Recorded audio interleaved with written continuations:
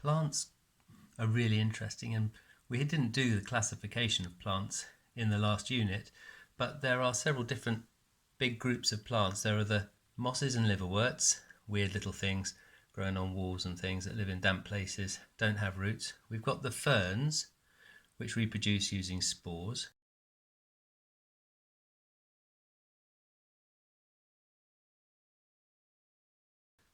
We've got the conifers, which produce seeds in cones. And then we have the flowering plants. And in the reproduction topic we're doing now, we're going to really be looking at pollination in flowering plants and ferns.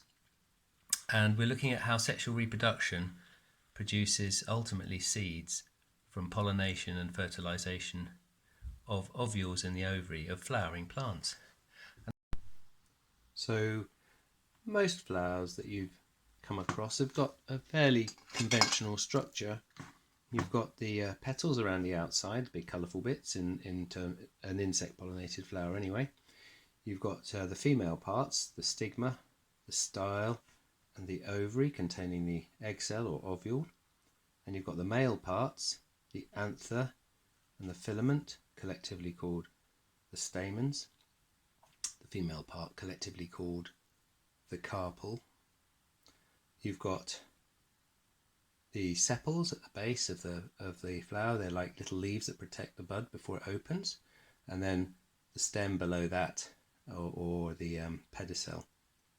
And some flowers have got the ovary above the sepals, and that's a superior ovary. And some species of plant have got the ovary down here below where the sepals are, and that's called an inferior ovary.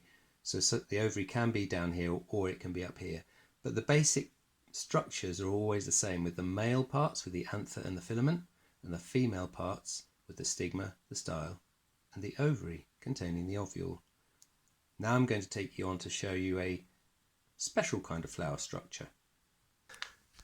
Is the orchid. I've got a couple here. Just familiarise yourself, I'll familiarise you I should say, with the orchid structure. We've got around the outside, we've got actually petals and the sepals arranged in a whorl of 6. And then we've got this modified petal here called the lip, which attracts the insect pollinator all the way in, and the insect pollinator lands on that platform there called the crest, and lurking above the crest you see that cap. That's where the anther is, and the pollen is produced in the anther which lies behind that cap.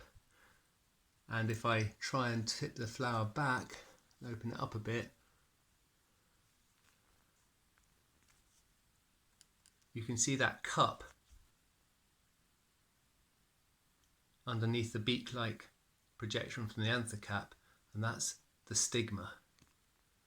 Okay, and I'm going to show you how insect pollination works in this kind of plant.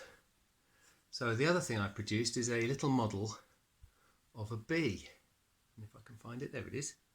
This is my own homemade bee. Now there's bonus points, not plants, bonus points if you can email me with any reasons why my model is very poor. So here's my model bee. You know what an insect should look like. Tell me what I need to add to make this into a proper insect.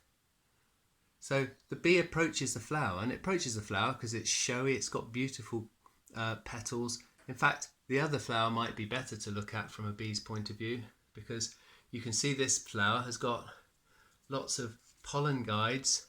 That's what these lines are on the petals, and many insect pollinated plants have got very pronounced colours on the petals to guide the bees or the insects that might be pollinating them right in to where the business end of pollination happens. So my bee, we've got a bee's eye view going on here maybe. Can we see him?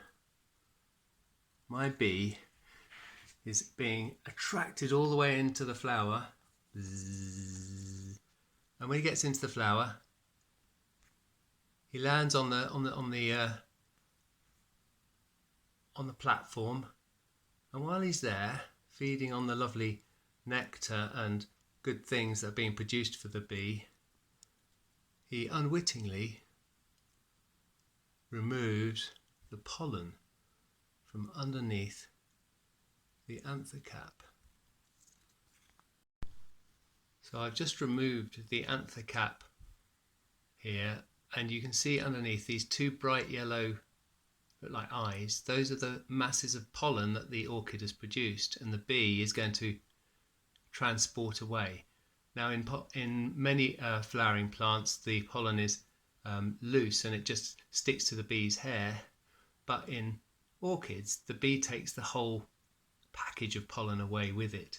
So that's the pair of pollinia. So my bee has just visited the flower, gone in to get some nectar, and then unwittingly has come out with what looks like a weird pair of antennae on it. Those are the pollinia, those are the masses of pollen attached to the top of the bee. And as it flies away from that flower to another orchid flower, the pollen orientate themselves to be in exactly the right position to stick into the stigma of the second flower. So when the bee visits the next flower, it pops the pollen into the stigma as it forages and tries to get some more nectar for itself. Because the stigma is so sticky, the pollen sticks into the stigma, and when the bee leaves, the pollen is left in the stigma of the second flower. And if I just tip the flower up, you should be able to see the pollen, there it is, stuck inside the stigma.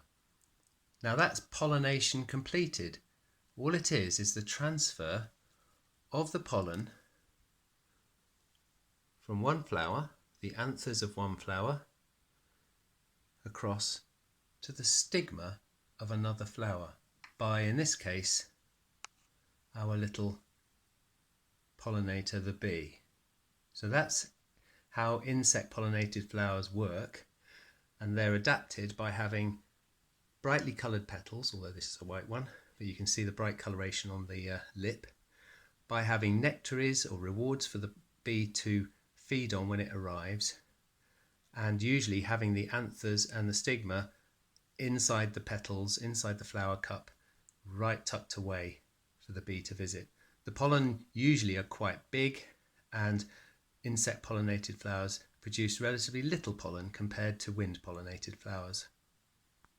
Now add the features of insect pollinated flowers to your notes.